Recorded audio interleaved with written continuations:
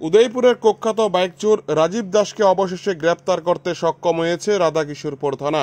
রবিবার রাত 10টা নাগাদ ত্রিপুরা সুন্দরী মহকুমা হাসপাতালের সন্নিকট থেকে গোপন খবরের মাধ্যমে রাধাকিশোরপুর থানার পুলিশ তাকে গ্রেপ্তার করে।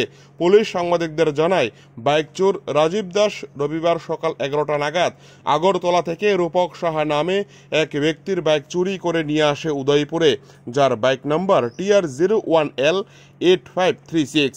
এই বাইকটি চুরি যাওয়ার পর বাইক মালিক রূপক সাহা আগরতলা পশ্চিম থানায় চুরি মামলা দায়ের করে। কিন্তু আগরতলার পশ্চিম থানার পুলিশ দিনভর খোঁজ করার পরেও বাইক উদ্ধার করতে পারেনি। কিন্তু প্রশ্ন উঠছে, আগরতলা থেকে 4টি থানা পার হয়ে উদয়পুরে কিভাবে প্রবেশ করলো বাইক চোর রাজীব দাস? কোথাও কি কর্তব্যে গাফিলতি ছিল পুলিশের? তার কারণ পুলিশের সূত্রে জানা যায় তার কাছে হ্যামলেট ছিল না। তাহলে কিভাবে সে এতগুলি থানা পার হয়ে উদয়পুরে প্রবেশ করলো? পুলিশ জানিয়েছে, তাকে জিজ্ঞাসাবাদ করার পর সঠিক কোনো বাইকের কাগজপত্র দেখাতে পারেনি। এর আগেও বিভিন্ন মামলায় রাধাকিশোরপুর থানায় তার বিরুদ্ধে অভিযোগ রয়েছে। পুলিশ এই কুখ্যাত চোরকে গ্রেপ্তার করে রাধাকিশোরপুর থানায় বর্তমানে আটক করে রেখেছে। সোমবার দুপুরে তাকে আদালতে প্রেরণ করা হবে। উদয়পুর থেকে নিজস্ব প্রতিনিধি রিপোর্ট, TV100 বাংলা।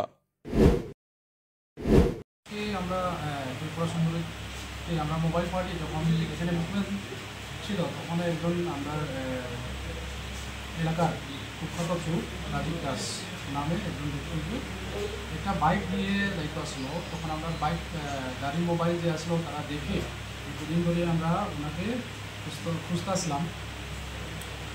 যখন আটক করা হয়েছিল ওই জায়গাতে যখন আটক করি ওনাকে আমরা জিজ্ঞাসাবাদ করলাম বাইকটা কোন জায়গা থেকে আনা হয়েছে কি আসলে উনি আমরা কোনো ডিটেলস দিইনি।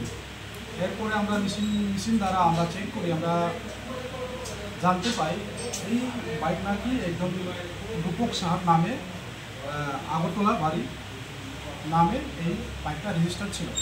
বাইকের নাম্বারটা TR01L8536 সুপার স্প্লেন্ডার। আমরা যখন খবর নেই আগরতলা OSPS থেকে আমরা যখন খবর নেই আমরা জানতে পাই যে এই বাইকটা নাকি আজকে 11টা সাড়ে 11টার দিকে ওনার বাড়ির সামনে থেকে চুরি করে নিয়ে গেছে। এরপরে আমরা রাজীব দাসকে অ্যারেস্ট করে ওনাকে নিয়ে আসি। স্যার, রাজীব দাসের বিরুদ্ধে পূর্বে তো স্যার আর কি থানায় বহু বাইক চুরি কাণ্ডের মামলা রয়েছে। হ্যাঁ, মামলা রয়েছে, এখনো ইনভেস্টিগেশন প্রগ্রেসও আছে। আর আগেও অনেকে কেসে জড়িত রয়েছে ছিল। তো স্যার এখন কি রাজীব দাস কি আপনারা আর কি থানাতে রাখা হবে না আপনারা OSPS দিয়ে দেবেন? স্যার, OSPS আমরা শুনতে পাই যে একটা কেস রেজিস্টার হয়েছিল, যেহেতু এখানে একটা বাইক ওনার কাছ থেকে আগরতলা স্থিত একটা বাইক কেসের একটা বাইক আটক করা হয়েছিল ওনার সাথে। আমরা আগরতলা OSPS দিয়ে দেবেন না? এটা স্যার কোন জায়গা থেকে স্যার আজকে অ্যারেস্ট করছেন বাইক সহকারে? স্যার, আমরা অ্যারেস্ট করছি ত্রিপুরের সুন্দরী হসপিটালের কাছাকাছি। স্যার কটার নাগাদ? স্যার অনুমানিক 11টা সাড়ে 11টা।